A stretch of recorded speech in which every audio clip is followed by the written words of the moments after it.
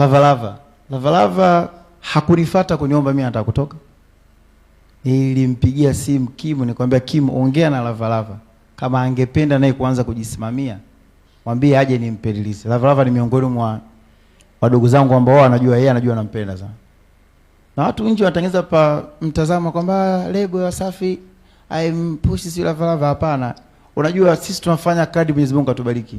Lakini mengine ni ya Mwenyezi Mungu. Inawezekana mtu kampush kadri unavyoweza, kama Mwenyezi Mungu mwenyewe anaona hapana, natakiwa hapa afu baadaye aende hivi. Hata ufanyeje? Haiwezi kuwa mnachotaka nyinyi. Ni kijana na talent Lava, anaimba vizuri, yani ana juhudi, ana uwezo creative, anajituma. Nilikuwa niko naye nyumbani pia jana.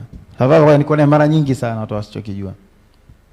Nikamwambia Kim kama Lava pia kama yuko ameshakuwa kwa psychology anataka naye pia kujisimamia, aje mdogo wangu nitampa free release naye. Nimeshina vizuri. Hajaye kunivunjia heshima Lava, hajaye kunikosea adabu. Tumeishi kwa kupendana, kwa kubebana kwenye hali na mali. Wakaja Lava, kazungumza naye kama mdogo wangu mimi nakupenda, sitaki unipata shilingi 10.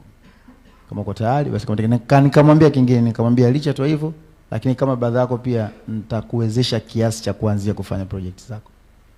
Sio, unanielewa? Namwambia nitakuwezesha kiasi cha kuanza kufanyia project zako kama mchango wangu mimi kwako wewe. Tumeishi na Lava karibu miaka 8 sasa hivi. Sasa namtoza nini? Hatuje kuvunjana heshima, hatuje kukosana adabu, hatuje kufanya chochote.